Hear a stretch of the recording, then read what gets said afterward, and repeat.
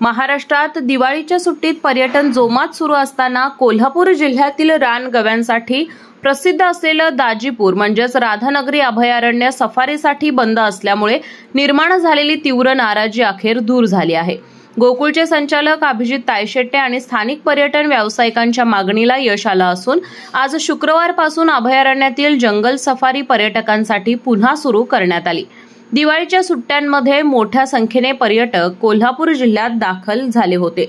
मात्र दाजीपूर अभयारण्य बंद असल्याने स्थानिक पर्यटन व्यावसायिक आणि जीप चालकांचे मोठे आर्थिक नुकसान होत होते।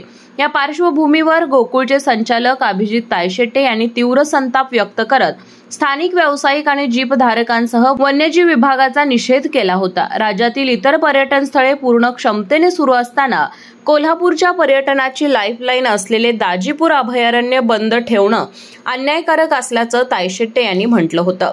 त्यांनी वन विभागाने जंगल सफारी तात्काळ सुरू न केल्यास तीव्र आंदोलन छेडण्याचा इशाराही दिला होता।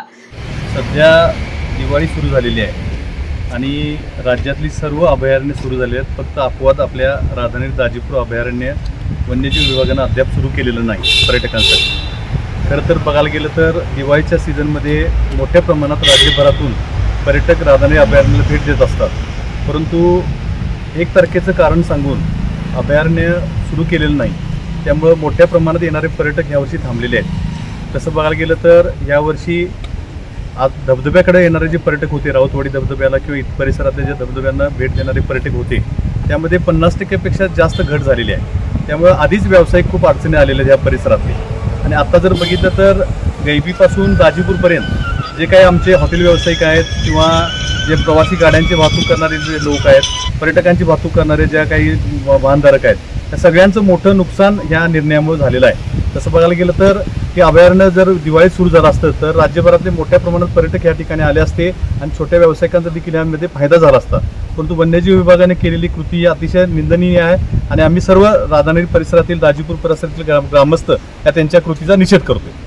अभिजित तायशेट्टे यांच्या नेतृत्वाखालील या मागणीची दखल घेण्यात आली असून आजपासून अभयारण्य सफारीसाठी खुले झाले आहे। आज पर्यटकांच्या हस्ते नारळ वाढवून सफारी सीझनची सुरुवात करण्यात आली। आज पहिल्याच दिवशी पर्यटकांनी हाऊसफुल गर्दी केली आहे।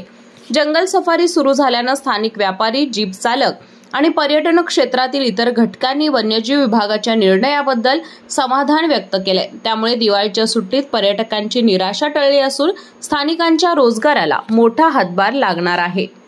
आम्ही दाजीपूरचे लोकलचे वाहनधारक आहोत। गेल्या वर्षी पण अवकाळी पाऊस लवकर आल्यामुळे मे महिन्यातला अगोदर सीझन बंद झालं जंगल, त्यामुळे गेल्या वर्षीचा पण सीझन गेलेला आहे आणि ह्या वर्षी आता दिवाळीचं सीझन ऐन सीझन असून पण जंगल बंद आहे। थोडक्यात आमच्या इथे ड्रायव्हरचे 20 गाड्या लोकलच्या गाड्या आहेत, त्यांच्यावर थोडक्यात जंगल बंद असल्यामुळे थोडक्यात आता उपासमारीची वेळ आलेली आहे। गेल्या वर्षी पण लवकर जंगल बंद झाल्यामुळे मे महिन्यात धंदा म्हणजे झालाच नाही।